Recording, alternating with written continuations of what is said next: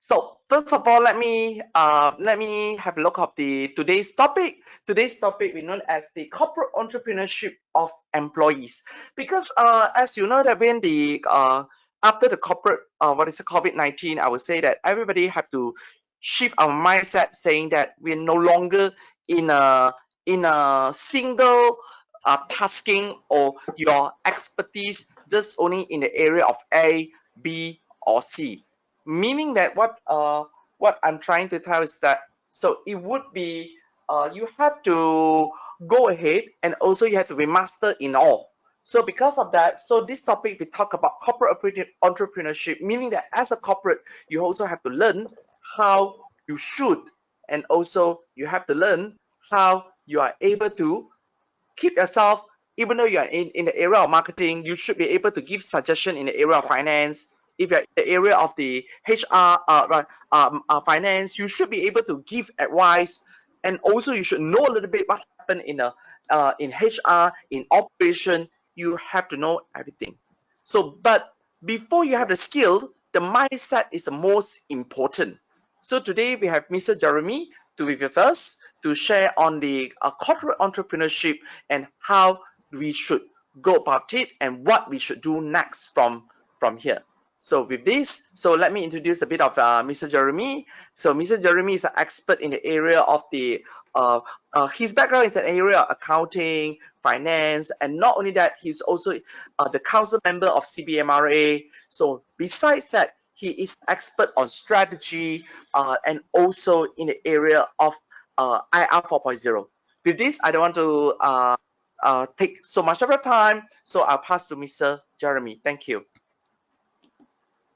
Hi, good morning, everyone. I hope you can hear me. You can hear me, just say hi on the chat. Okay. All right, hi in the chat. No problem here. Are we okay? Now, I hope you can see my screen because I'm still having a little bit of an issue with my screen, but it should be, hopefully everything can be seen. I'm sharing it now, Dr. Vincent. Now, before I go any further, everyone can hear me, no problem here. Okay. Yes. Have you shared your screen? I have actually, and you don't see anything, right? Okay. I think you better use your screen.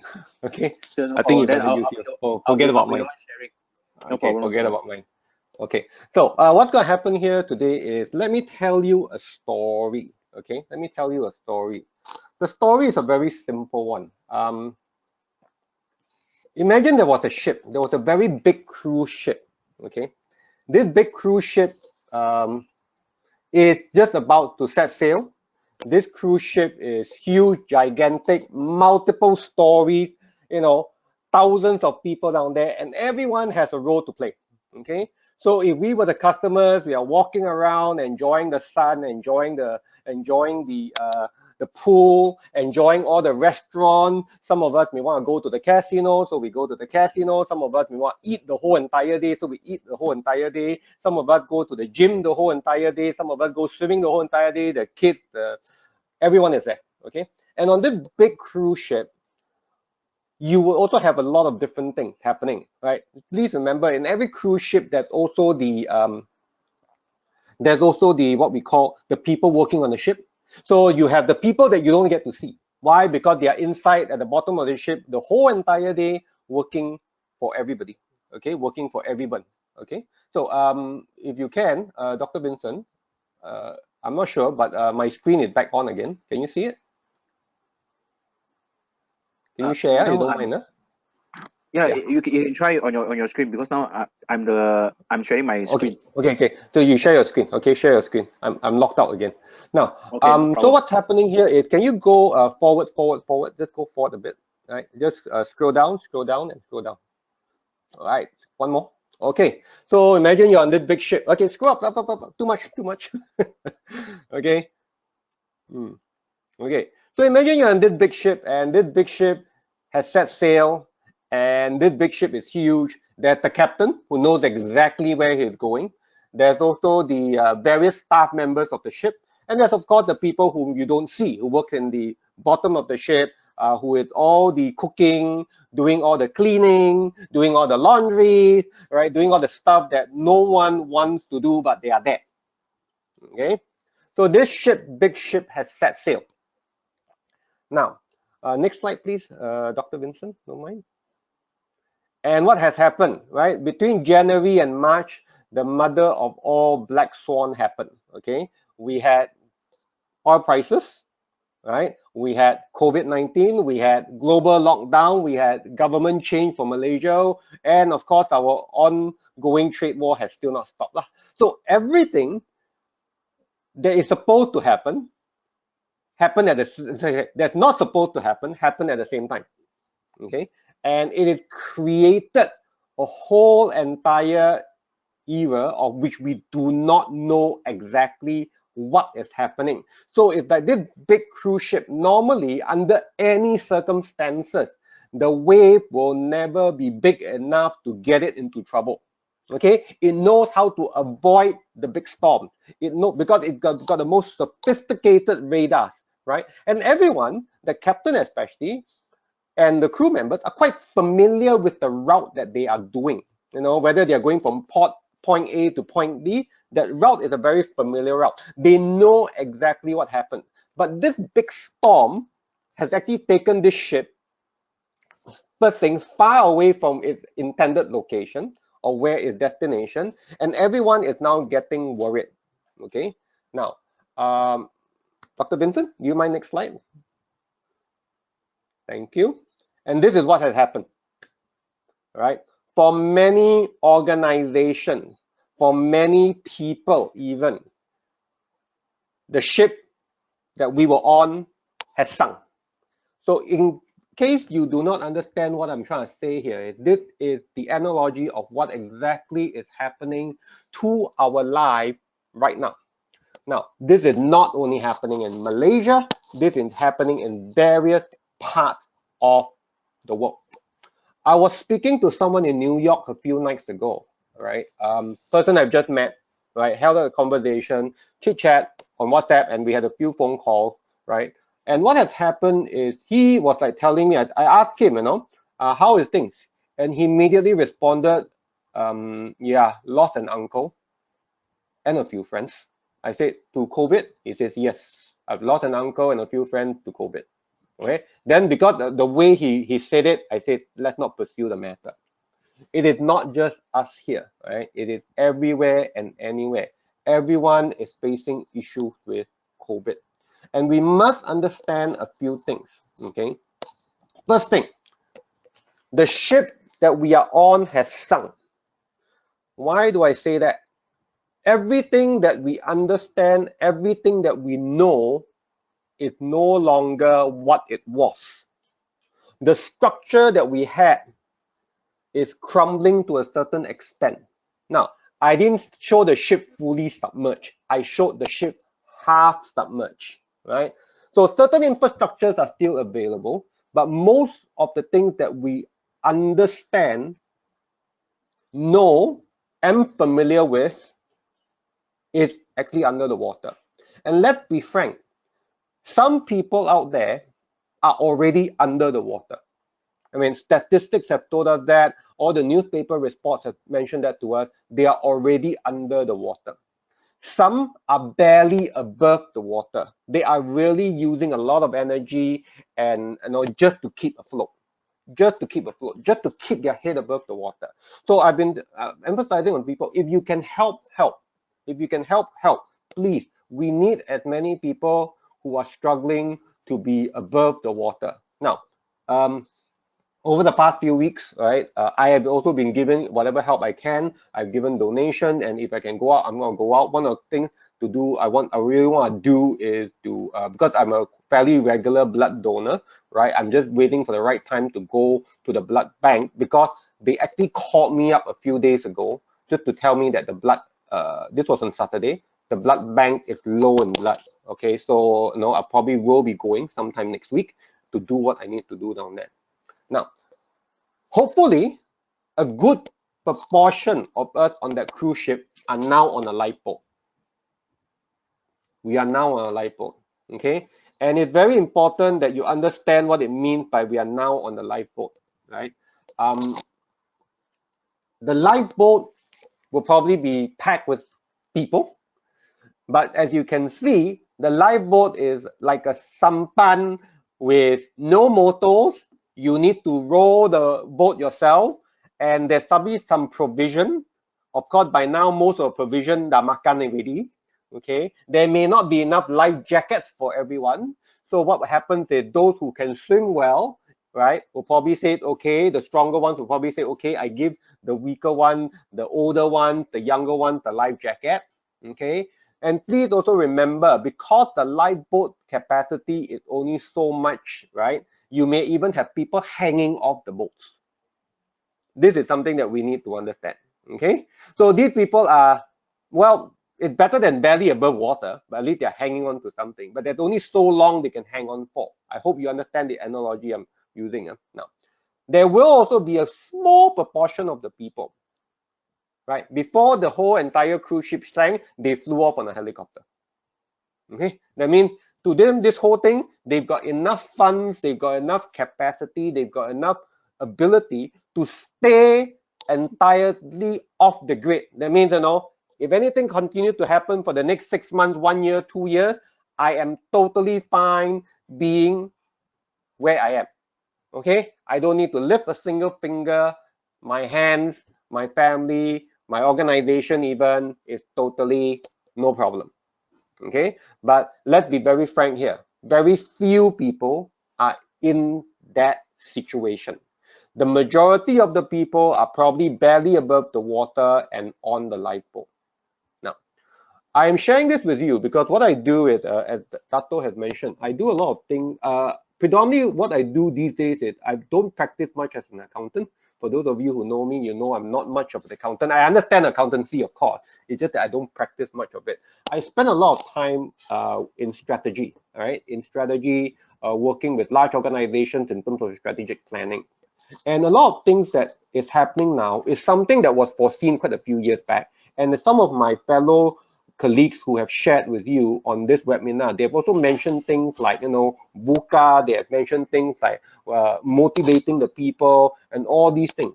But what I'm trying to share here today is on a slightly bigger picture, and also to continue, if you were here for my very first session, my very first session was on the 15th of April. So, and also to continue some of the things I put forth from the 15th of April, of which some of my fellow colleagues that have shared in Humanology and also CBMRA's webinar has continued with. Okay, now that is who I am. So I've got actually a few simple takeaway from this particular session, right? Dr. Vincent, you don't mind just go back 2 slides, 3 slides upwards, go back to the beginning. Okay. Okay, thanks. This one. Yep. Yep, this one. Okay. So the three takeaway I'm going to talk about is the total change in business model. Remember this: your ship that you understand has now sunk. Okay, or it's half submerged. Infrastructure is totally changed. Right? Last time you know who is on top, who is at the bottom. Right? You know what's left, what's right. Now you may not even know. You probably had a good supply chain, because to run a ship like that, very good supply chain needs to be in place. Well, unfortunately, half your customers are also in the same position, or the other half of the suppliers are also in the same position. Okay? Now, other things that you need to understand, because of all this, the whole digital transformation has gotten a lot more, well, what I would say, simply put, 10 times, 20 times, 30 times more. Okay, it's accelerated, and it has also been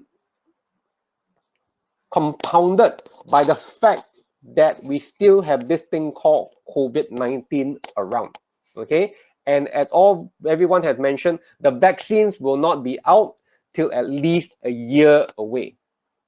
Okay, so, and we need to figure out, once MCO is lifted, or even now itself, how to become more corporate entrepreneurial in nature.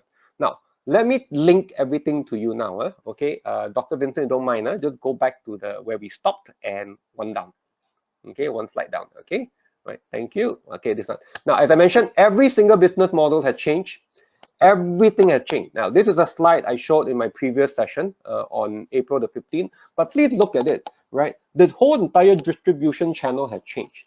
Even your targeted customers has changed. Why? Because if you used to target high-end customers, guess what? Everyone is now on a lifeboat. There is no, oh, I'm a multi-millionaire. But when it's survival, people will go, so what? Your money is not going to help us until you get to land. Okay? So that is the key here. We need to understand, right? A lot of the infrastructure, a lot of the tools that we want, we think we want, we used to have may not be available. Why? Because a lot of resources are moving away, right, to what is essentials. So if you are in luxury goods, time to rethink. And if your business is one of those that relies on crowds of people coming together, time to seriously rethink, right? Not a digital issue. People still want to get together. Let's be honest here. However, people are told and people have better sense not to get together. So a lot of event-related companies, right? A lot of people who are like in cinemas, right? A lot of people who are in like live sporting events, whereby audiences sit together and cheer for their football team or cheer for F1. That may not be happening for some time. We need to understand that. Okay. So, and I was talking to some of my people about aeroplanes, right? Aircraft. When aeroplanes do not fly because we sit like a, I always tell people, an aeroplane is like a tin can in the air, a sardine can in the air, right? You pack the sardines inside lah. Sardine here meaning me lah. Pack the sardine inside and you fly this bunch of sardines, you know, everywhere. Now, no one wants to be sitting close to each other. And what, social distancing on an aircraft? Wear a mask? The air is recycled, by the way. The air is recycled, by the way. Okay, no matter how much you wear, the air is recycled. You are sitting with the same air, and what you're relying on is that the so-called filter to filter as much as it can. It's a very dangerous situation. Most people will not want to travel. Most people, even if they are forced to travel, will tend to take so much precaution and so much of a hassle that at the end of the day, if they get to the other country, they face another lockdown, they may not even want to travel again. So a lot of things related to tourism, a lot of things related to tours, a lot of things related to hotels, right, as we can see, may be having lots of problems. Now, can you go to the next slide, please, Dr. Benson? Right. Now, I shared this on the 15th. What I shared was, please, right, 4 steps to what we need to do in a business unusual. First step is resilient. Okay, all of us now need to build resilience, right? If you want to know more about resilience, go back to April the 15th. Second thing is, I shared quite a fair bit on this, prepare for the return. So everyone must prepare for MCO's return, okay? Right, I mean, the lifting of the MCO going back to the office.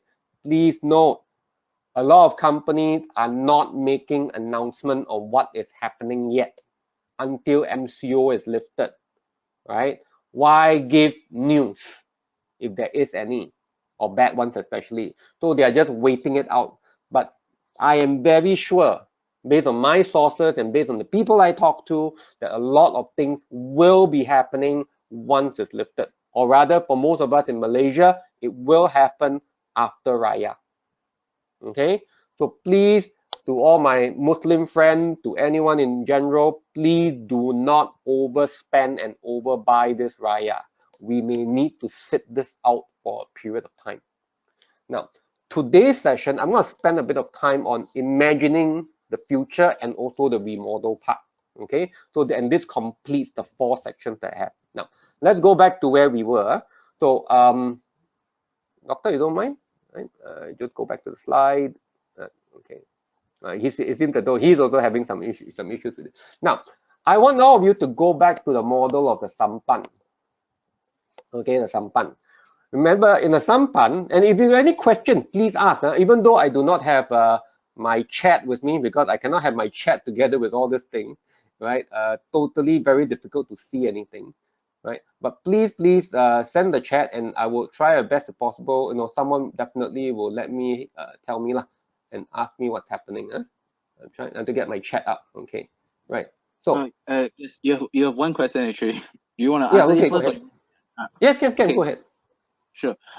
This is from Luis Cantor. We think that this COVID pandemic will end one day. Do you think that we need to change our whole business model to get it ready for another pandemic, or just taking some small precautions is enough? Precautions, sorry. Okay, Louis, right? If you don't, okay, I'm gonna go back to the analogy. Your ship has sunk,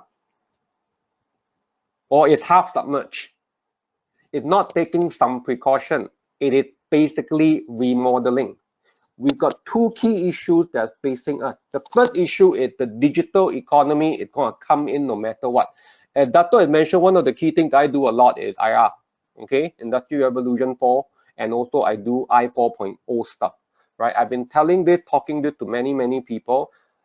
It is changing entirely, the digital, okay? It will come in, it will just grab everything.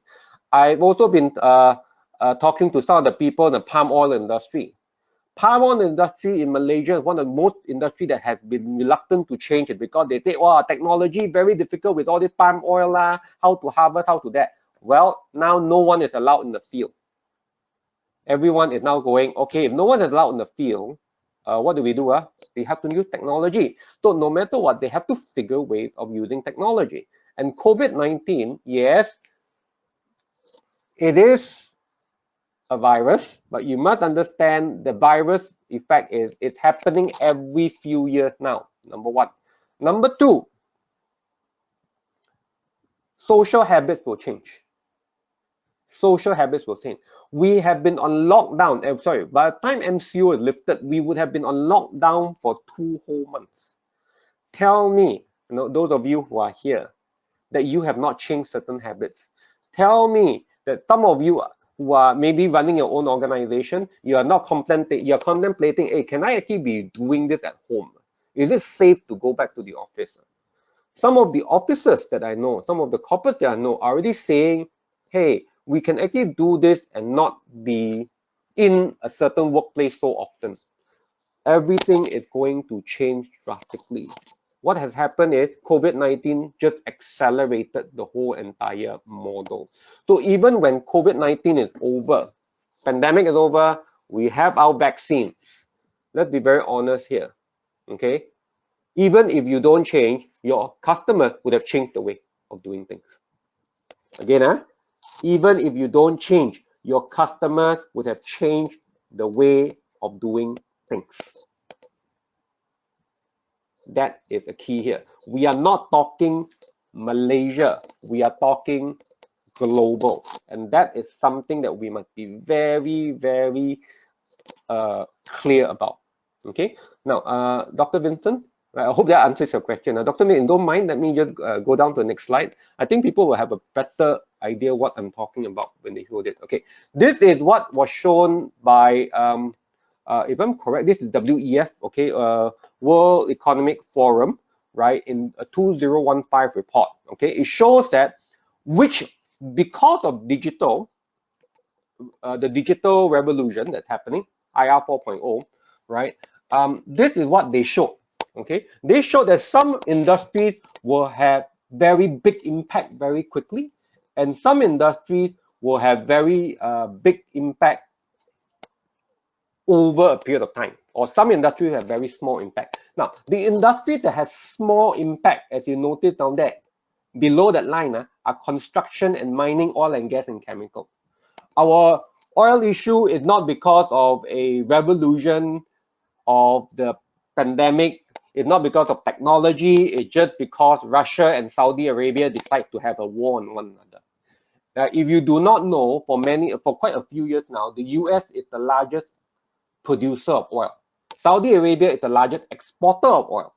But the US itself, US of A, which is the largest consumer of oil, is also the largest producer of oil. Has been for 2 or 3 years now, right? Because of their ability to keep fracking at a very low cost.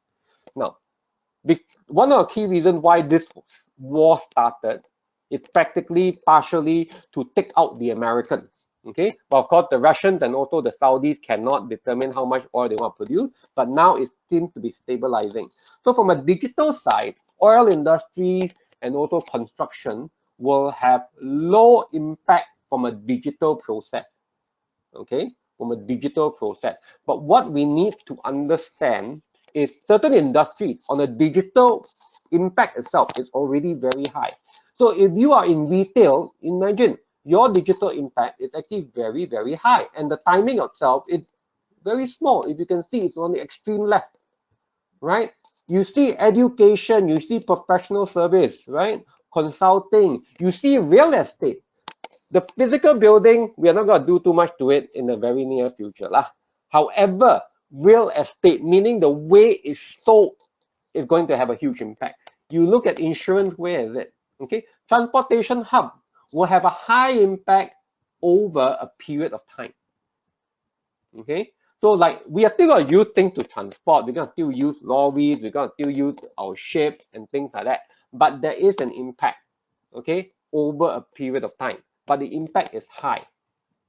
So this, please, if you want to look at it, go to World Economic Forum. They have this report since 2015, right? It's on the digital. But now what has happened is, on top of this, you must understand, and based on what I mentioned, COVID-19 had plopped itself on top of this graph.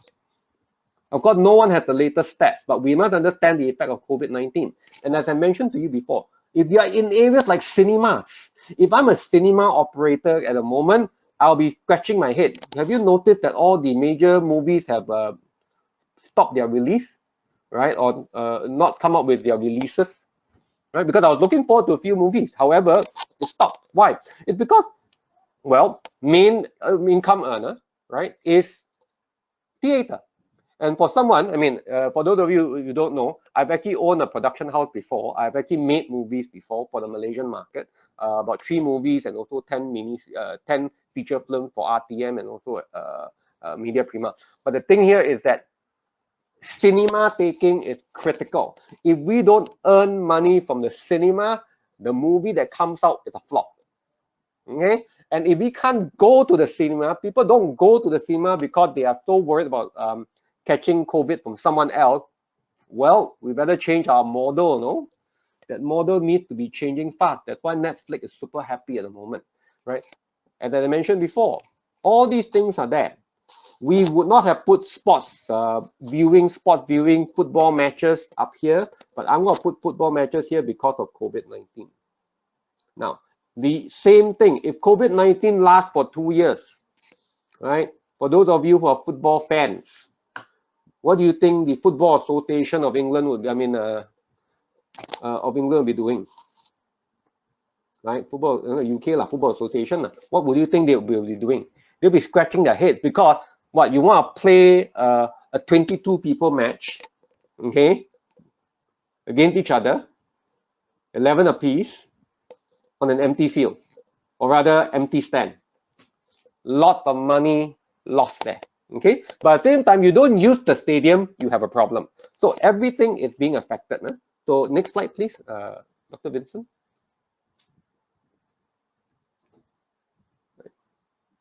Okay, next slide. Now, let me tell you about the... hold on, maybe you would like to add on to your presentation just now, because someone asked, may I know what do you think about hospitality since the social distancing is needed and travel around the country with an issue? Okay, I'm okay with answering the question. I am going to be blunt about this because I think I've been very blunt over my last 2 sessions, and I've also been very blunt in some of the strategic coaching I've been doing with some of the people that called me up, or in my own workshops, right? So I've been telling people that, very simply put, hospitality, when people don't dare to travel, when there's a lot of travel restrictions, let's be honest here, what do you think is going to happen? People are I know parents, I've spoken to some parents, they are asking the question, hey, should I send my kid on the bus sekolah every morning? Parents are asking that question. Will you want to send your father, your mother, your whole family go on a trip with a bunch of so-called people you do not know on a trip to anywhere. Same thing here. If I don't need to travel, I'd rather not travel, right? So that is the hospitality industry that we are looking at. Okay, and this is coming from a person who has worked with, who had been employed under hotels before, right? One of my first 2 jobs was under a hotel. Okay, so my thing is, it is going to be that kind of situation. So anything related to travel industry, whether it is the airlines, right? British Airways just slashed 12,000 people, from what I remembered yesterday's newspaper. Virgin Airline is already on the verge. Air Asia is already changing business model to sell food. Okay, right? Check that out. So a lot of things are changing, and I'm not surprised. A lot of them in the US are also suffering because when there's no flight, what are you gonna do? Okay, that's hospitality. The hotels, when the planes don't fly, the hotels are affected. Business traveling is down to a minimal already, and you must understand, from now onwards, people are going to go, why can't we just webinar, Zoom call, video conference each other? You need to come here. Well, we've got Microsoft Teams, we've got Google Suites. Let's work on that, right? Because why? 2 whole months of staying at home, working, had made us used to this environment. If we really, really need to meet, we will meet. If we don't really need to meet, it's fine. I don't want to catch your virus anyway. And that's happening. Okay, so I hope that answers your question. Now, will it come back? Yes, people will still want to travel, but this thing may take as long as the whole entire time it gets for people to feel safe again. Not when the vaccine comes out, but when people feel safe again. So one of the key things the government needs to do is to make sure people feel safe. Okay, now this slide is a very critical slide. All right. What you need to understand about this slide is a few things. I'm just going to run through it very quickly, right? Because I actually spent like 2-3 hours with my clients on this slide. First thing you need to understand is weather. Second, you need to understand is the water. Then you need to understand the people, right? It's not in particular order, but so follow the numbers as I'm going along. You got the boat, you got the rod, the fishing rod, okay? You got the line, you got the bait, you got the fish. Okay, now if you are on the boat, you're stranded on the boat. Okay, once your food has ran out, right, once your resources have ran out, you need to get new customers. You need to get your existing customers back. You need to get the fish. Okay, but we must understand a few key things very quickly. I'm just going to spend 5 minutes on this, right? First thing you need to understand is the weather is something that you cannot control. That's the environment. Okay, COVID-19 is here, is something that you cannot control, right? It's something that no matter what happens, nature is still more powerful than any human being possible, okay? Or human beings possible. So the weather is something you cannot control. Unfortunately, we are forced to be in the sea in the middle of a big storm, okay? That is what happened in the first 2 weeks of MCO. Now the storm has subsided because we are calmer, in the sense that we ourselves as the people, we are calmer. We are not panicking anymore, right? Because we have built a certain resilience. We have built a certain acceptance to say that this new environment must be accepted. Because why? The whole place has changed. The environment affects the water, meaning if the wind is strong, blah, blah, blah, right? What happens is the water becomes choppy, right? The movement of the sun, the movement of the movement of the moon, right, affects the water. So understand this. The market is affected by the environment. As long as the sentiment, as long as COVID-19 is there, as long as the effect of digitalization is there, right, the water will always be like wave, up and down, up and down. We need to understand that. And this again is something that we cannot control. We don't have the resources to stop an ocean.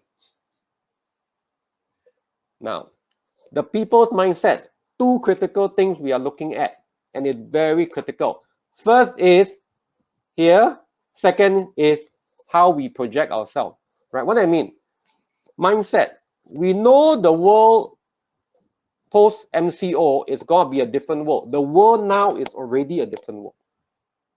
Okay. I was just talking to a cousin of mine who works in a very big firm, right, as an IT manager. So quite close to the Tan Sri who runs the organization, which is a listed entity. And she told me in private meetings with the Tan Sri has said he had gone through the numerous crises that have been around since the 1990s, right? However, this one, and in all of them, there was always light at the end of the tunnel. In this one, it's pitch dark, doesn't know what to do. So what I'm saying is this, to a certain extent, the captain of the ship, the cruise liner, may survive. However, the captain of the ship is now in command of hundreds of sampans in the middle of the ocean with a very loose command chain across. If you're using the analogy of the situation that I've just used just now.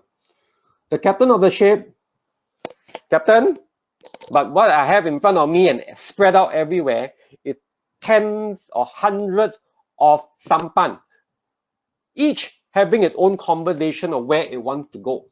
Each saying that direction, that direction, that direction, that direction is the right direction towards the land, because no one has a compass in front of them.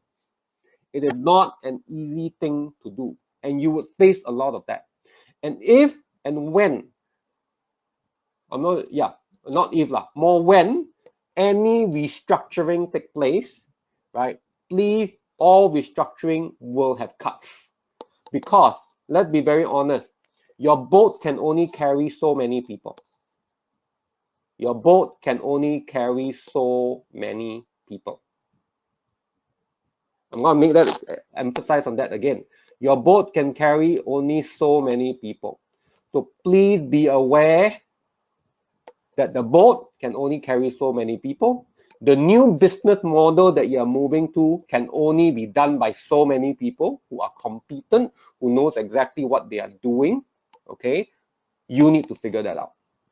So one of the key things is, if you're an employee, make sure you follow what I'm going to say next, which is the corporate entrepreneurship, which is going to start after this. Okay, so we need to change the business system as well.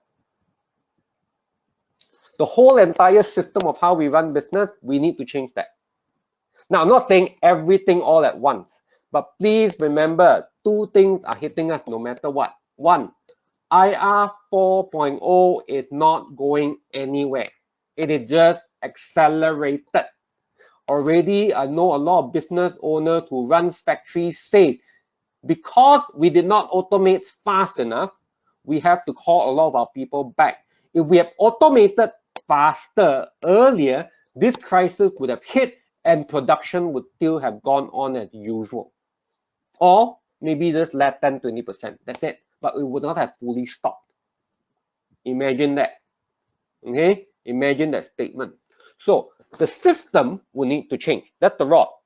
Okay? Now, please remember this. Any fisherman will tell you, you do not go fishing with the same rod. Different fish require different rods. So if your targeted customer has changed, which is the fish, you better look for different rods or learn to build different rods. Now, the string is the connections. Please think of all the connections that you have. Whatever connections that you may have currently may not work. You may need to get new connections, right? As I mentioned to some of my people, right, my staff, I've not spoken to so many foreigners in the last 2 weeks, right? I've spoken to more foreigners in the last 2 weeks and made more foreign friends in the last 2 weeks than the whole entire last year. Let's just be honest here, okay? Right? So what I mean by that is people whom I do not know, just talking to them overseas, in the UK, in Europe. Some of them are in the Middle East, some of them are in the US, right? Even speaking to a South American. So that is what I mean. Talking to these people, trying to build connections to see what's possible here. Bait your customers because it's now different, or your resources. You used to have maybe small fish, okay, to get the big shark or whatever you want, the big fish. Now you only are on a sampan. Your resources are limited. Your bait is different.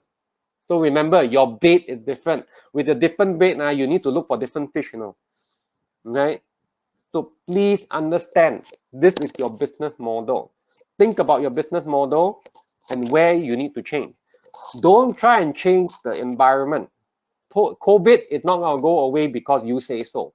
The market is too strong for us to change at the moment. It's not just a Malaysian thing. Previously, we can say, Malaysian economy not so good. Export overseas. See whether overseas got not. Now it's overseas. What overseas? Overseas also having crisis. Okay? So look at the people and the mindset, right? The mindset and the image. What I mean by image here, very quick one. Please do not let your ego get in the way. Do not let your ego get in the way of change, right? I like one statement that one of my fellow webinar experts had shared previously. Yeah, Michelle. She said that when you go back to the office, wear something like look ready for action. Please do that. You may be someone who wears suit all the time with tie all the time. Guess what? An entrepreneur doesn't do that unless they need to, absolutely. Even the dressing, I'm going to tell you straight out, will change. Okay?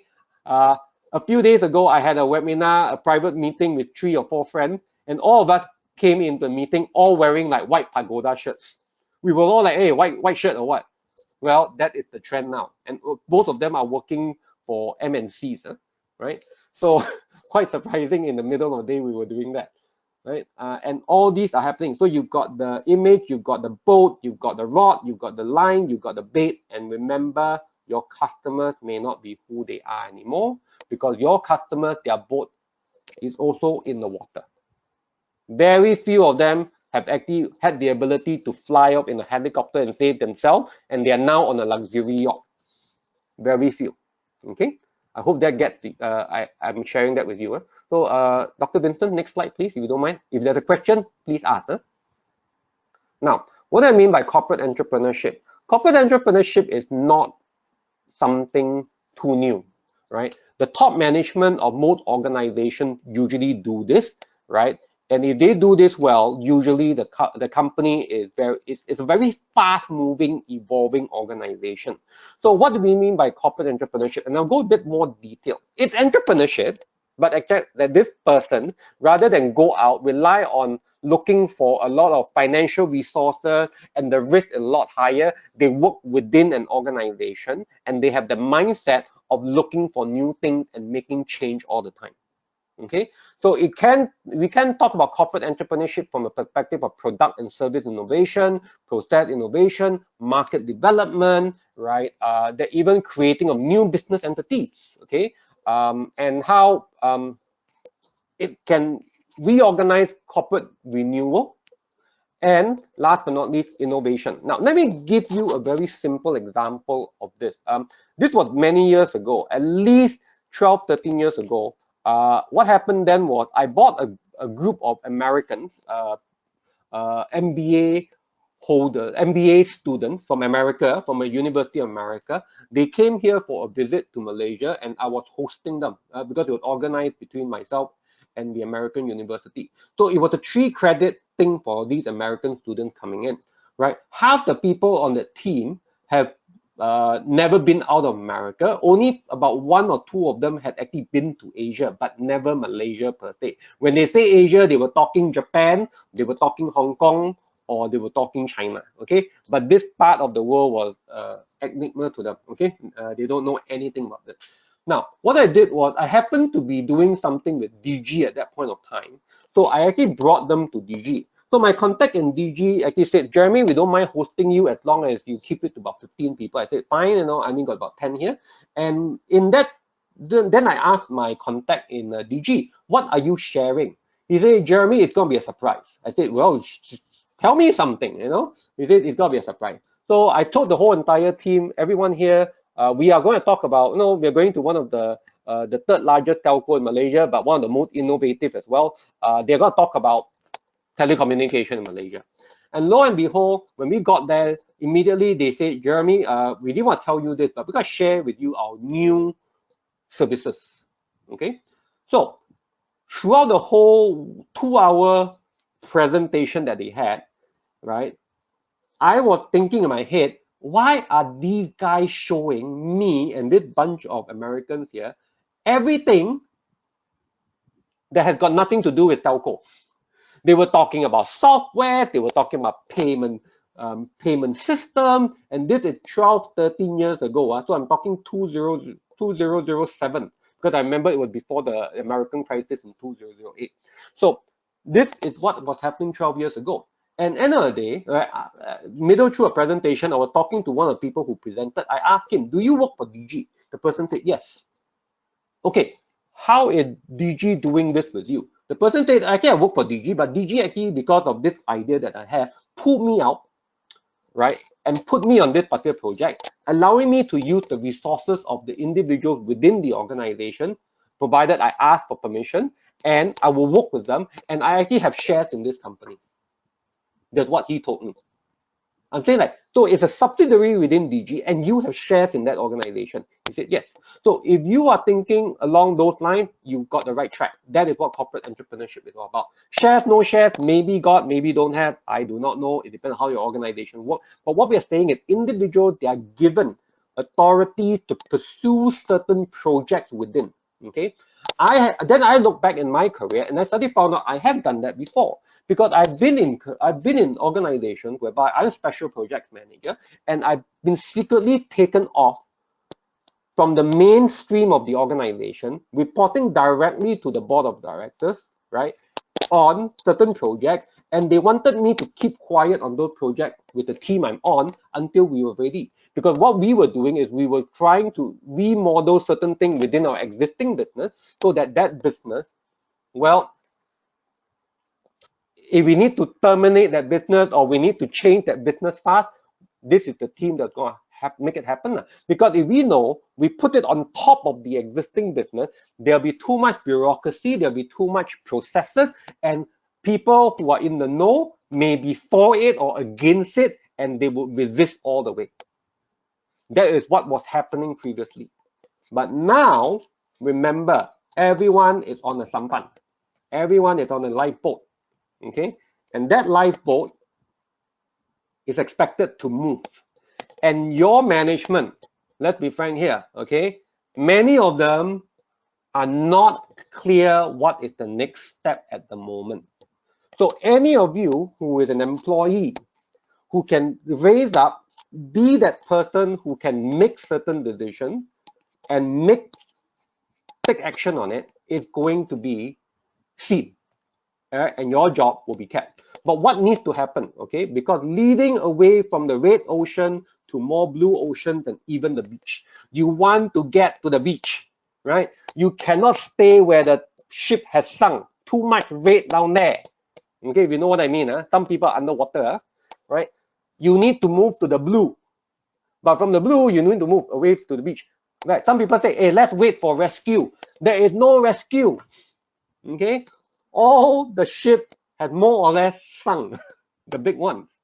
People in rescue are trying as much as possible to save those in the red ocean. Those of you on the sampan, they say, forget it first, okay? I'm trying to save those in the water now.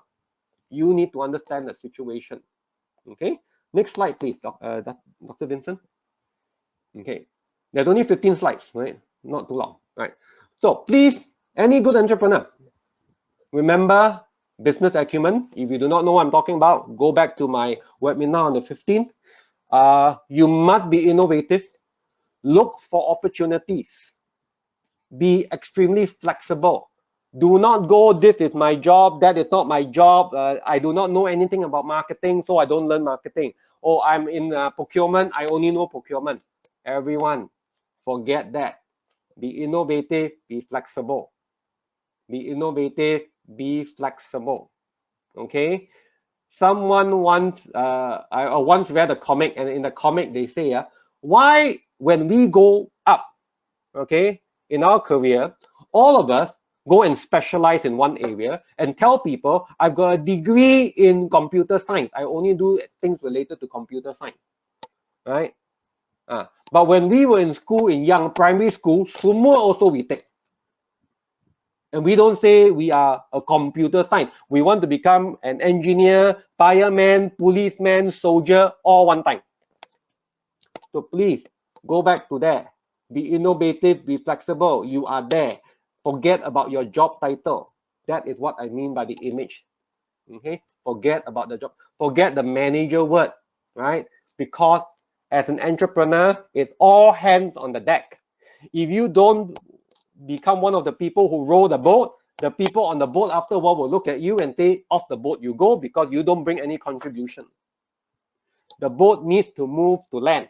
We need to figure out where land is. There is also going to be a higher acceptance of risk. Accept that people will try different things. Because if we are going to go step by step, it is not going to happen. It is not going to happen, right? You cannot take 3 weeks, 4 weeks to make a single decision. That's why there's going to be a rise in a lot of people who would learn to make decisions fast, efficiently, and with whatever knowledge that they have. If they need to unturn that decision later on, they will unturn that decision on. But the main thing is, if you have business acumen, you will try and keep the cost as low as possible.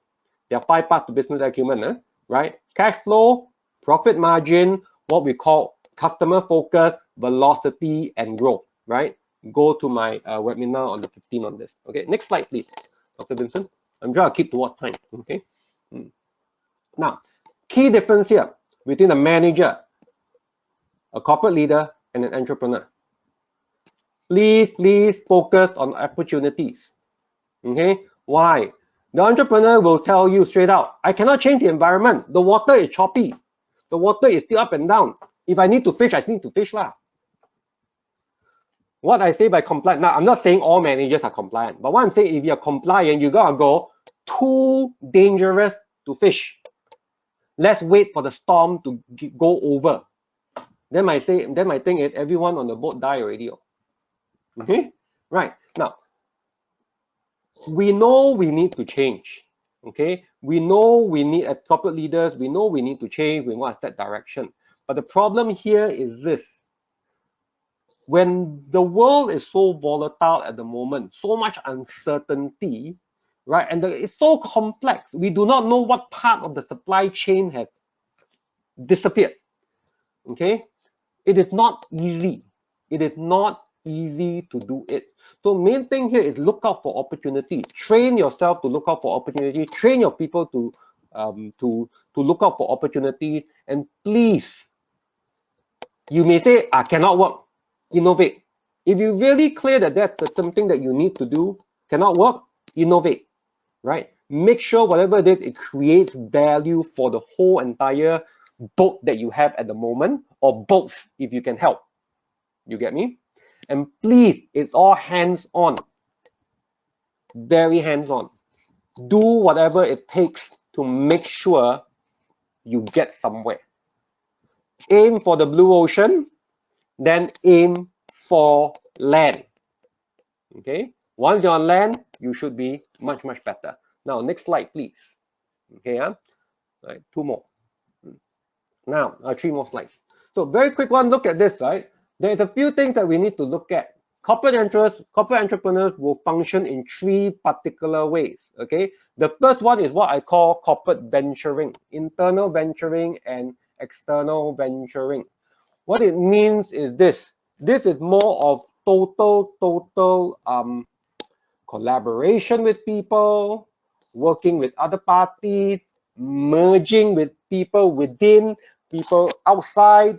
So this is a very good time on collaboration. Okay, as I mentioned myself, I'm talking to people I've never talked to before. I'm talking to competitors in my own industries I've never talked to before, right? And we are just talking, because it's a very good time for collaboration of any sort. Okay, so this is something that may pull you out. So take that initiative, take that risk of extending a hand to people, because everyone is on a boat. Remember, I always say this, for those of you who have never spent a night at sea, I've spent a night at sea on a small sampan. Why? Because it was one of those so-called intense outdoor 10-15 days activity thing, which I've been to quite a few. So one of the things we have done before is a night at sea. So how do you sleep at sea when you're on a sampan and there's quite a few of you, and we were practically on canoes, you know? So how do we sleep? We basically put the boats close to each other and we put the oars, you know, across, and we clench both oars together, and hopefully that, you know, we will not float apart. So the stronger ones are on the outside, okay? The not so weaker ones in terms of rowers and things like that are on the inside, so we protect each other. People are willing to talk, so please talk, right? Innovation, products, services, processes, how you develop market, there's got to be huge industry changes, and also any strategic renewal within the organization. Take the lead. If you see there is an opening, if you see that there's an opportunity to do things better, now is the time. But please be hands-on and expect to take on value as quickly as possible. People want to see value. Your top bosses want to see value as fast as possible. Okay? But one key thing I want to say here, if you go to the next slide, Dr. Vincent. Okay. If you look at this, okay, this is what I mean by the remodeling. We will basically change the way we do things a lot. Organization chart will become flatter. Okay, layers in between will disappear. Why? Because title has no meaning if everyone is multitasking and everyone is doing what needs to be done from a hands-on perspective. Okay, remember this is critical, right? We want small agile team. Remember, you're on a boat. You want small agile teams on a boat. People who can handle anything that happens on the boat. If there is a shark attack on the boat, I'm just giving you one of just jaws, a shark attack on the boat, right? Some of the other people may be too far away to row their boat to come and save you. Okay? The other people on another boat will look at it and go, shark, shark, shark, panic, don't know what to do. So please train whoever's on that boat with you to be multitasking. So what I'm saying is your department better learn to multitask fast, right? Some of us, we may lose individuals in our department. Learn to switch fast, okay? Get that conversation in now. Cross-functional team will become a norm. Anyone who doesn't want to do additional is a liability, right? Decentralized, but strong purpose. That's how it's moving. A lot of separate boats, sampan, moving hopefully in one direction, okay, and not splitting up, moving in one direction, but everyone needs to row the boat. The propeller tak ada lagi, okay, until you find enough resources to buy a propeller from somewhere, okay, the motor lah at the back. So HR, please, right, job with broad scope, okay. So for those of you in HR, please forget about, oh, not within scope, not within scope. Forget about scope. Survival. When it's survival, nothing is within scope. Okay. As long as they have outcomes, they get results, that's good. Please innovate based on what we call innovation and risk. There's going to be a lot of innovation and risk happening. Evaluate. Just because it's a new idea doesn't mean it's a bad idea. Remember this, right? Work on it. Make sure it works. Make sure there's ways of making it work. Group-based reward, individual-based reward. Look into that. Communication, self-functioning teams. People need to explore. You need to give them the leeway. You try to control too much, difficult. There need to be a lot of trust built. That's why I put empowered and discretion orientation. Okay, give the people who are able to survive this round in your organization, the people whom you pick, right, in your organization, the people who remain, remember, for some reason, whatever it may be, the organization sees value in you.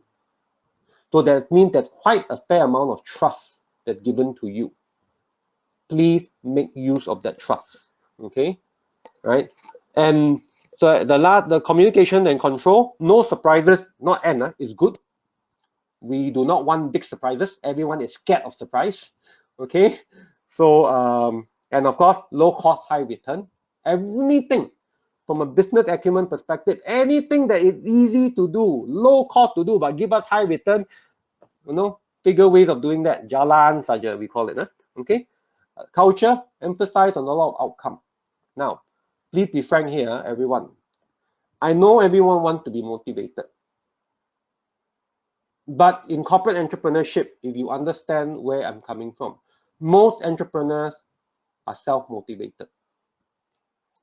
So if you are one of those people who need to be motivated consistently as an employee, please change that. Build resilience, right? A lot of your bosses, to be honest, don't have the time at this point of time. You get me? They do not have the time at this point of time. Any time that they give to an individual to motivate them is a luxury. Please, HR, focus a lot of entrepreneur development. You need people to learn about how the organization functions, what is the new functions of the organization. I'm hearing already of organization changing business scope. You get me, right? Air Asia is going into food business. Okay, so high tolerance for failure. That is what's happening here. There's going to be a high tolerance for failure, but it doesn't mean that you fail big time. Okay, what it means is because they see a lot of activity, they also know that some of these things are experiments. So please, this is the point of time whereby you should take slightly higher risk, right? Do not go back to the conventional way of doing things. You must take that risk. You don't have the expertise, look for someone who has the expertise. Everyone is looking at collaborating at this point of time because they know competing is just going to kill each other. Last but not least, the culture in the organization will have a higher sense of urgency. Therefore, that's what I mentioned earlier. When you go back, okay, no matter what, look as if and be ready for action any point of time, right? Don't go and tell and work in such a way that, oh, it's 6 o'clock, I need to go home. Make sure you are doing whatever it takes, right? This is how you keep your organization going, no matter how small, how big. Have that sense of urgency because it's still a crisis. Now, I do not want to offend anyone, nor do I want to, be a bearer of bad news. But this is where I'm coming from. Okay, train yourself to become more entrepreneurial in nature, right? Entrepreneurship will take us out of it, right? Special expertise skills is second tier at the moment because why? Train yourself to look for opportunities out there. There is many new opportunities out there. Now, I am going to do a very quick, simple thing which I do in a lot of my IR 4.0 workshops. Okay, right? And you can, if you want, you can. I hope because I'm already done. I'm already done. This is my last slide. I'm going to go into Q&A. But before I go into Q&A, and some of you may want to chip into this. Very simple. Okay. One of the questions I like to ask in IR 4.0, whenever I do any I 4.0 workshops, right, previously, is I like to ask this very simple question. Why would you want your peti sejuk refrigerator to be connected to the internet? Again, I will repeat the question. Why would you want your peti sejuk refrigerator to be connected to the internet? Okay, so with that, I'm going to end my session, right? I'm going to pass it back to the organizers, and of course, I'm open for any Q&A, right? Please ask, and if you got any ideas what you want to do down there, please contribute as well. Okay, right? Anyone?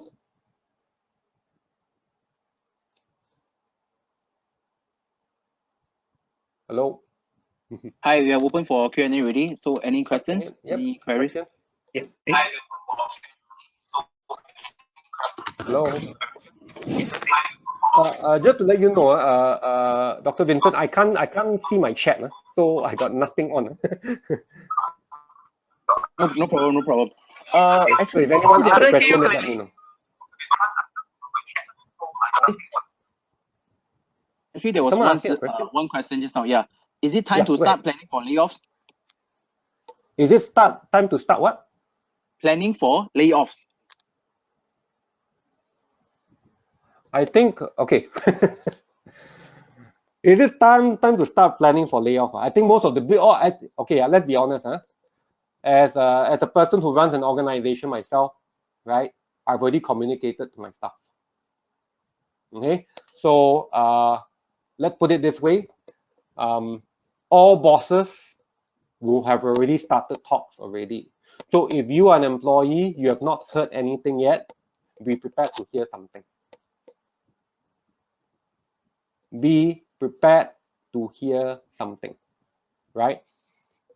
So therefore, I've been telling people, this MCO is not a holiday. I wish it was. It's not. Many of the people I know in HR have been telling me this MCO is worse than any working day. Every day is like worse than any working day. Okay, so I am not surprised there is already plans in place. But as I mentioned, us being Malaysians, we are very nice people. Okay, everyone still wants to hope for the best when MCO is lifted to see exactly what the situation. And as I mentioned in the fourth stage, resilient. Okay, remember that. Prepare for the return, right? You need to reimagine and you need to remodel the four things that I mentioned. So be resilient now. Prepare for the return. What I mean by prepare for return? Well, a lot of people probably have already discussed. They already probably know what is happening. They're just not communicating it. What they're waiting for is the return. Return means return to the workplace, not return to normal. Return to the workplace. When MCO is lifted, return to the workplace.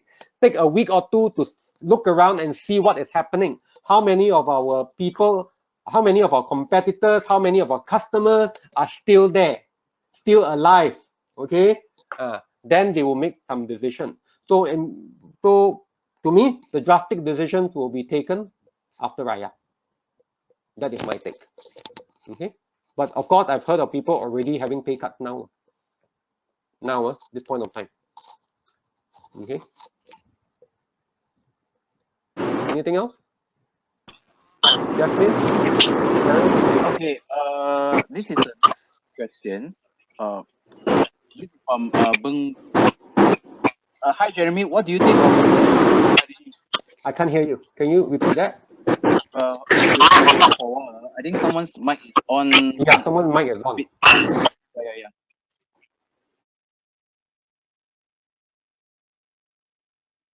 Okay, can you hear me now, Jeremy?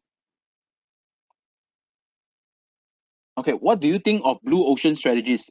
Is it now best position to implement? Because just I mute all, so you can unmute yourself if you want.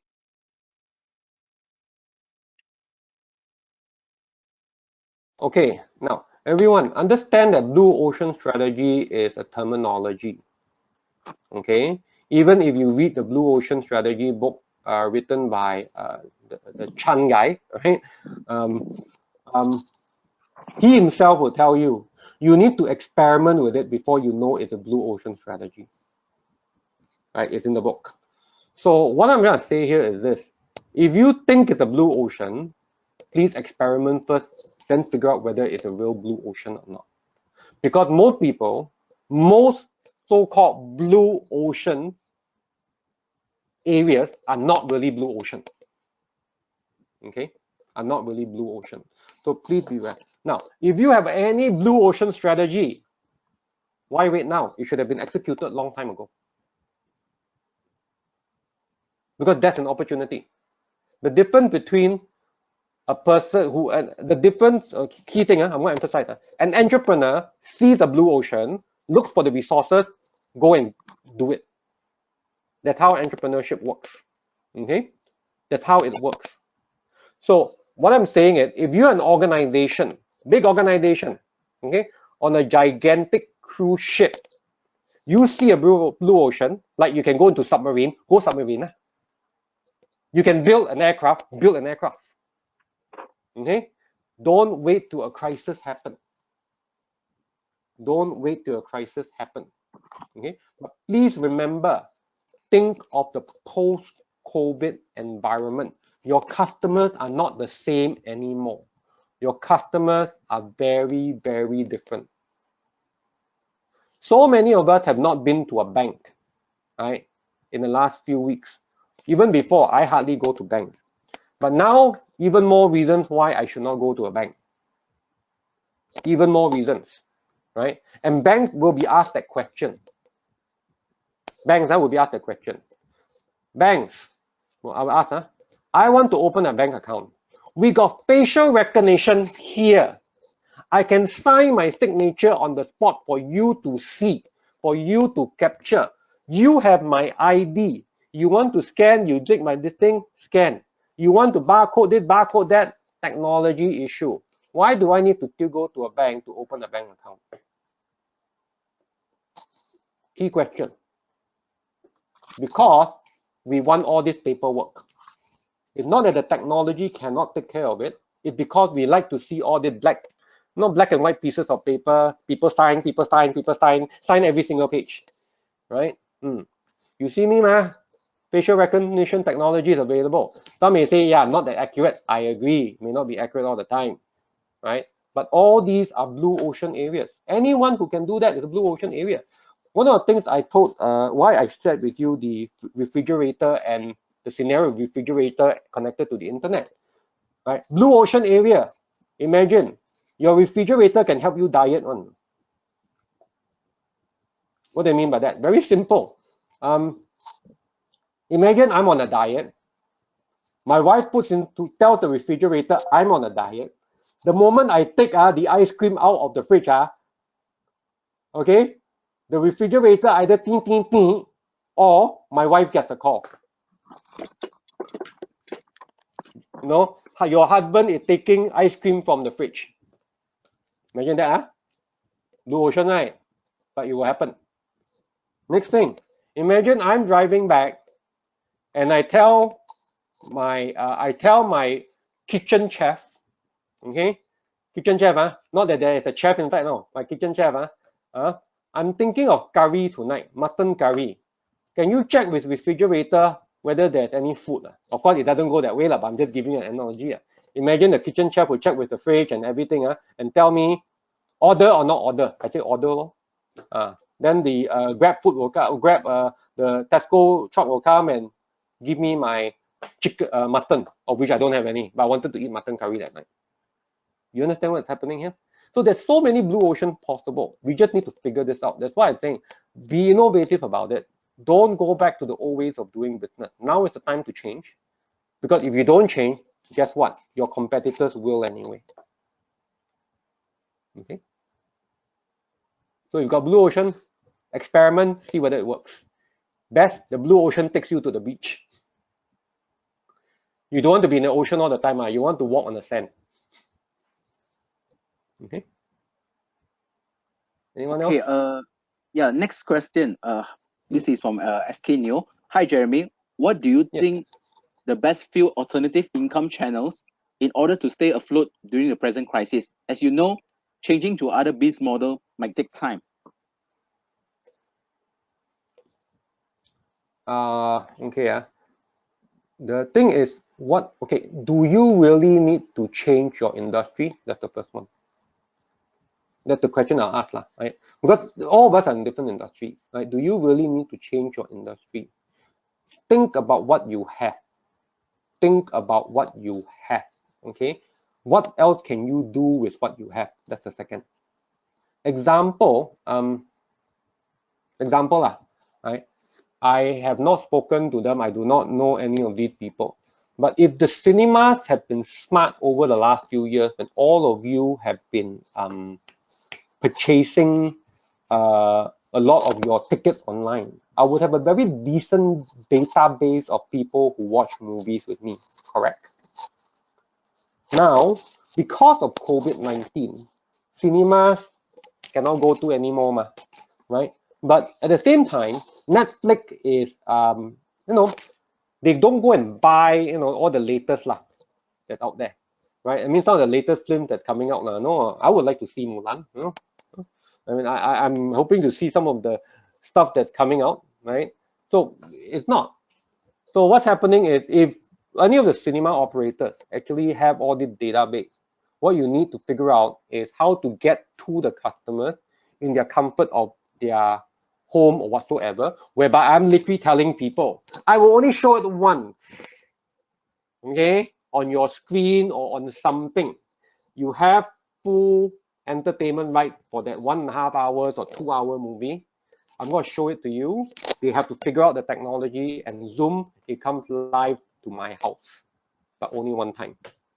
Now, how do you do that? I do not know. Okay, that's the technology part, but that is what you can do. So within your industry, any industry, I feel most industries are not dead per se, right? It's just that you need to see a different way of doing it. You need to see a different way of doing it. Example, I was told, this, I do not know whether it's true or not, but I mean, I did cross my mind before, okay? Real estate agents, example. How do you sell real estate in such an environment where people don't want to come? Very simple. You go wear a camera on your head, okay? Wear a camera on your head. Wear cameras here, cameras everywhere, up to you. Become like one of those Google, you know, Google Map card that you see, and walk there, into the apartment, talk to people about the apartment. You can have multi people seeing, webcam is there, viewing, literally showing, touching them, holding things, you know, lifting things for them. Hey, you may be able to close a deal, no? Why not? You get me? They may feel even better. Why? I don't need to interact with the house buyer or house seller. They can remain anonymous. And what I can say, you can so-called gao team 10, 20 people at the same time. Play the video again after that to another buyer, potential one. That's what I'm saying. Okay? That's where I'm coming from. So think about it that way. Don't necessarily need to change. How you can expand, digitalize it. Every single business that you have, make sure there's a digital layer on top of it. Your thing is to build that digital layer if you have not built it. Okay? Build it. If you don't build it, whatever you have here is going to go down. Okay? So don't expect people to come in and touch so much anymore. Because the problem with COVID is it stays alive on plastics for some time. That's the problem. Or any materials. So low touch, low touch, low touch. Okay, that's where I'm coming from. Anyone else? Okay, this is from Mahas. What is your opinion on the AI role after MCO? Again, sorry, what's my opinion on? What is your opinion on the AI role, artificial intelligence, after MCO? I presume Maha is a AI, I mean, a computer science person of some sort now, or into programming.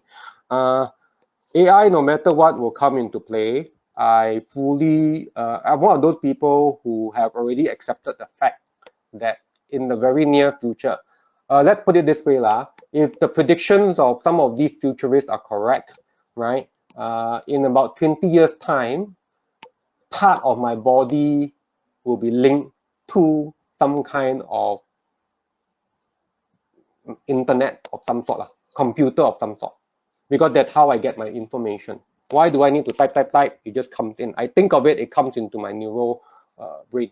So the AI part will definitely be there. The AI part will accelerate. That's why people are talking about, simplest form, chatbots and things like that. It will accelerate. People need to go into more inventive aspects of work. A lot of administrative part of work, you will see it disappearing. As I mentioned in my last webinar on the 15th, right? Speaking to a few HR managers who run manufacturing plants, they are saying this MCO is showing a lot of redundancies in processes. Again, this MCO is showing a lot of redundancy in processes. If I can get my production up to 80-90% with only 50% of my workforce, they are really wondering what the other 50% of the workforce is doing. So where I'm coming from is a lot of this will start going toward AI. Okay, but of course AI is not as simple as it seems, because when it comes to AI, you must remember that machine learning, that deep learning, all this stuff down there, not exactly the simplest of things, but the machines will become smarter. And by the time the machine becomes smarter, it is not going to be like a Terminator. Please don't think of the scenario as Terminator, whereby we are having a fight against machines. The more encouraging likelihood is biotechnology, biology and technology fusion. That is the key of IR 4.0. Is the fusion of biology and technology together. That means somehow or other the AI, the machines, the artificial intelligence, whatever it may be, in whatever form it will be, is integrated with us somehow or other. That is where it will be coming from. And I've already accepted that part of the future. Okay, so yes, it will proliferate. How fast, it determines on how fast we can program this stuff. Okay. Next Anything question. else? Yes. Yeah, next question. This is from Beng Wei Chu. Any method to change a conservative mindset boss? I hope you are not talking about yourself. I hope now. Let's put this way. As I mentioned before, after MCO is lifted, or even now itself, right? I do not know what aspect you're coming from. You can clarify, that would be good, right? But please remember, I can't see any chat. I can only see myself actually. What's happening here is after MCO has lifted, okay, as I mentioned before, a lot of top people, a lot of managers, a lot of leaders do not have the time to go and motivate the people. Sorry, Jeremy. He or she is from the construction. Construction, okay. So so when the construction, what did you mean? The mindset lah. Yes, the construction mindset lah. The conservative mindset of the boss in the construction industry. Now, the good thing with the construction industry, that's a good thing, is that the impact on digitalization is not as fast. Remember the slide I showed, okay, earlier? That's a good thing about the construction. However, okay, we must understand it's a very brick and mortar, and we still need the brick and mortar to build, okay? We can talk about 3D printing a whole entire house, but we are not anything close to 3D printing a building yet. So it still got to go back to the traditional ways of needing people to build, okay? But what I'm saying is, of course, the process can be faster. The Chinese companies have shown us, how come they can build certain things so quickly, right? You are already having all those what we call I can't remember what you call it. Just go there, just put the whole thing there. The slabs and all this all prefabricated and just put it there like though you're building Lego like that. We know it can be done. The only problem that we have in the moment is that there is no economies of scale in Malaysia as yet. In places where there's economies of scale, they are able to do this very quickly. So this is something that we need to look into. Now, but as a whole, I do have something to say about the construction industry. Please don't shoot me. Please don't shoot me. And this is something that I mentioned to a few people a couple of years ago, right? I have mentioned to people this. I've mentioned to a lot of people, the whole industry of the construction, if you concentrate on building for offices and offices itself, you may be looking at the wrong direction. Why? Very simple. Work from home will become a norm. And it seemed to become, because of COVID-19, it accelerated. It accelerated work from home. And now everyone who has been working in offices have had a taste of it.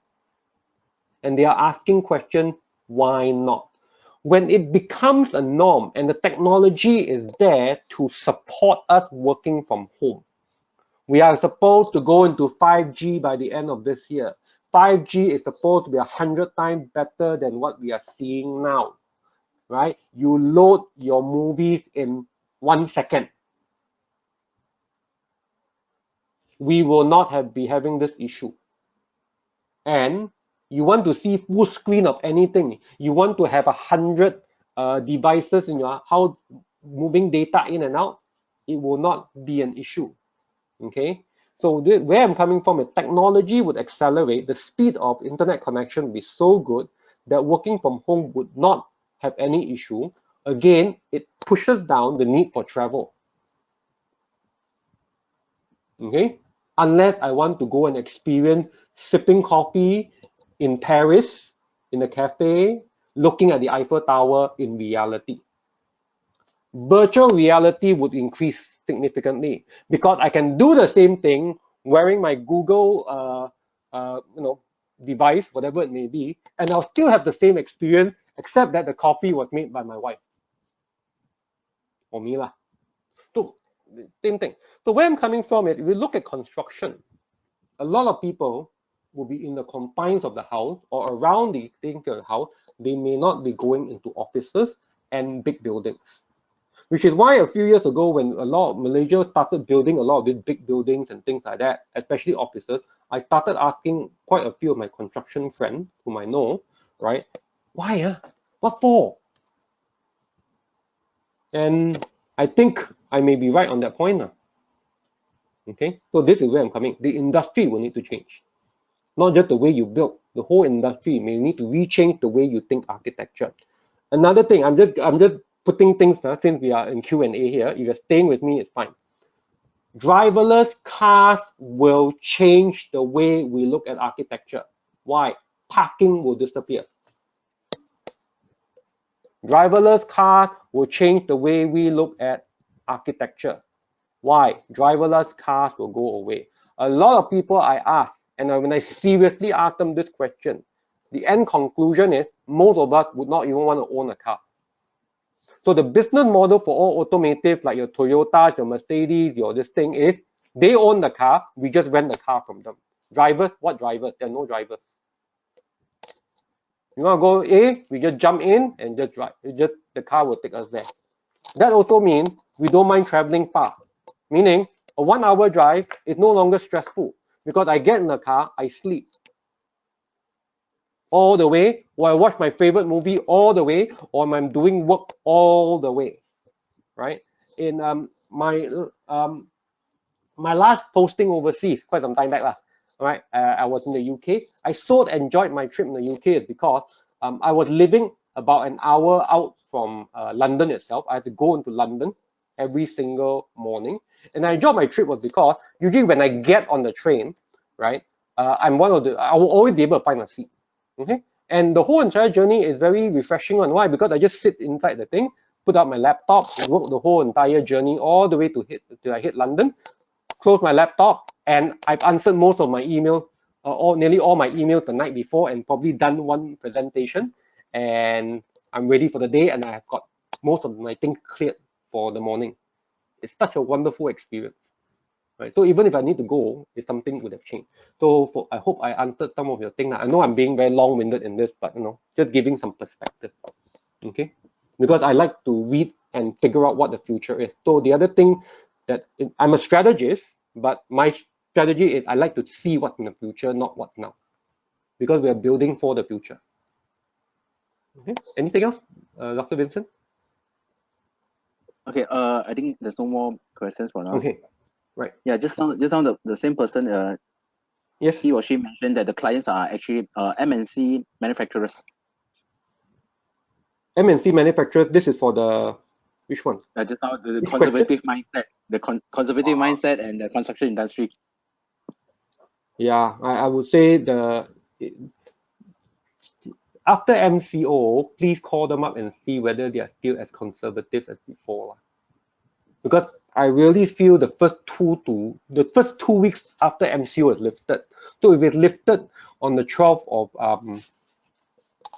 of May, right? So we will have 1 week, and then we have the Raya, this thing, okay, Raya breaks. Please look, as I say, look really carefully at what's happening. I believe there will be a lot of major changes immediately. Okay. I also feel that some people will relook at the whole construction and ask themselves whether they want to even construct. Right? So there is certain things that will happen. A lot of the people, because their supply chain has been hit so badly, they have no choice but to change.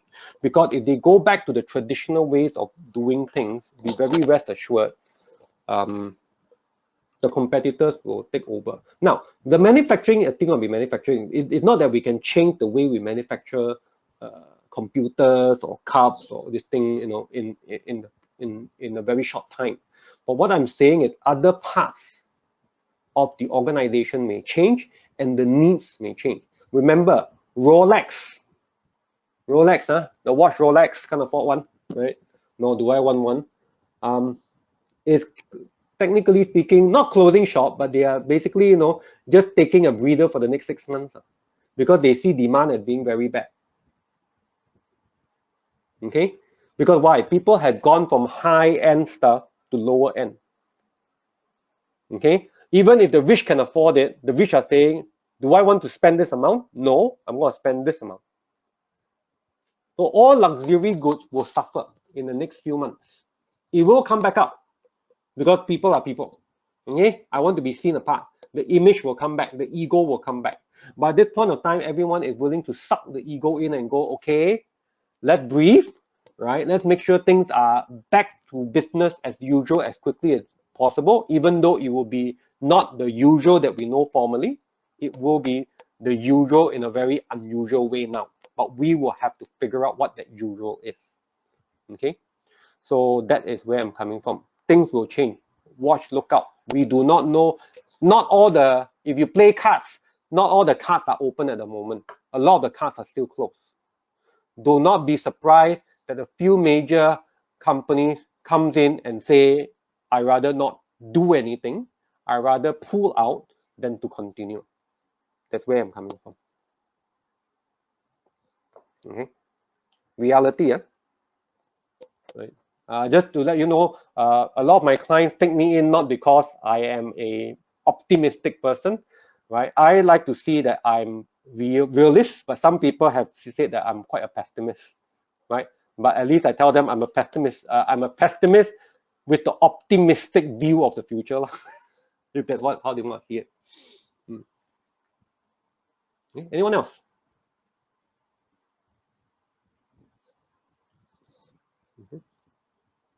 Are we all right? Okay. I think if there's no further questions, then we'll bring back Dato in. Dato, are you Yes, still there? Dato. We can't hear you, Dato. Sorry. Mr. Jeremy? Yes. Oh yes, yes. I think someone's speaking. Odin, is it? Yeah. Do you think this will be the opportunity for any company to take advantage against to the employees who are not really showing any potential in their working? I mean, in what they are doing, for any results? Hell yes. I mean, like it or not, I do not think any company is not suffering. The moment you have a lockdown like this and a global one as such, every single company suffers. Agreeable? The only people who are not suffering at the moment, who are having a boom time, are those people in medical, the glove manufacturers and things like that. But that they also not functioning at 50%. I mean, they are not functioning at 400% per se because they're still having issues with the people and things like that. So then they will have lots of problems with their supply chain. But my thing is, not many companies are making money. Not many companies are making money. Okay.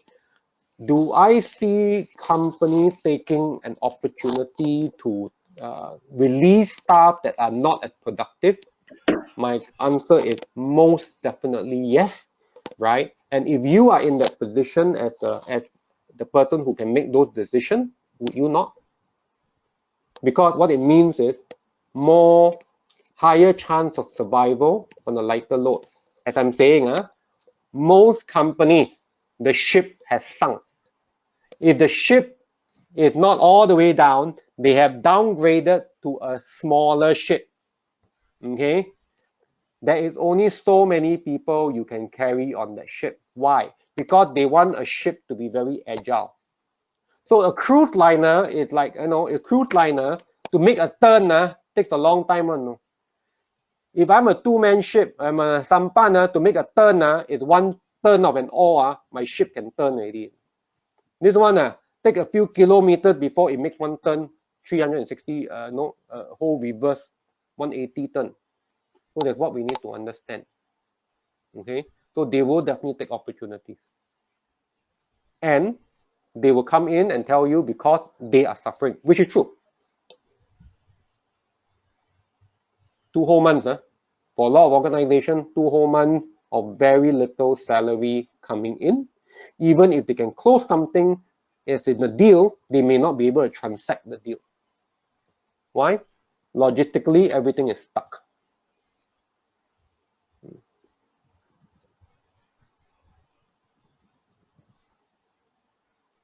Anything else? Okay, there's nothing else. But we're nothing else, huh? Okay. Yeah, Dato is unable to come in. Okay, right. I'm just going to, in that case, Dr. Vincent, can you just share my last slide, you don't mind? Sure, no problem. Yeah. I just want for those of you who still here, bear with me. Let me just share my final slide. Okay, there was actually one more slide when I said I finished. One more, just one more slide. Okay, now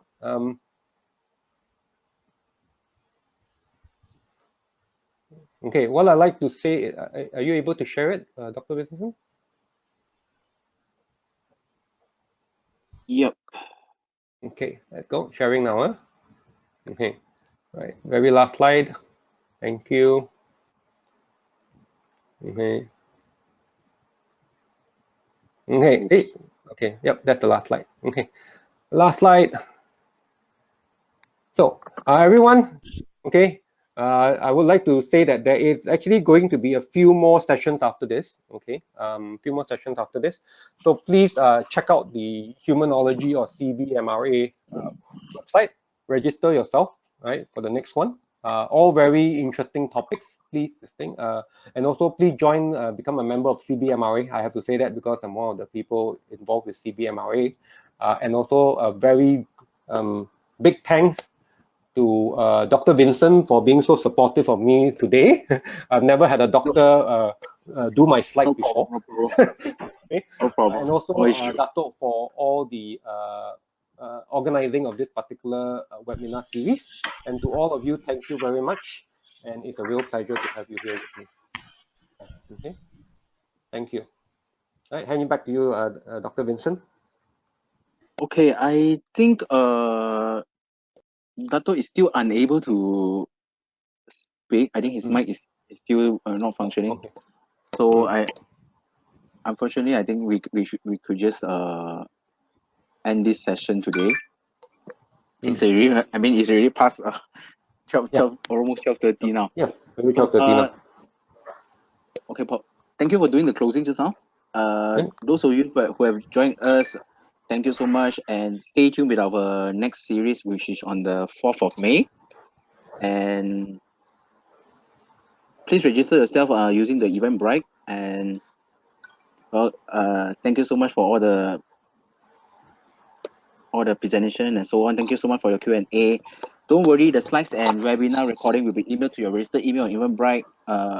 You can always check it back on YouTube, our CBMI's Facebook page, Humanology's Facebook page, as well as our Telegram group where I just shared just now. You can just join in because normally what we do, it will be share insights, and you can also get a clip of all the previous webinars that has been going on. And this is our, I think, nice session already, if I'm mistaken.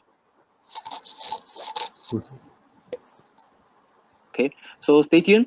Thank you guys for joining today, and I apologize once again for all the technical glitch and so on. So see you next round. Thanks. Bye bye. Thank you.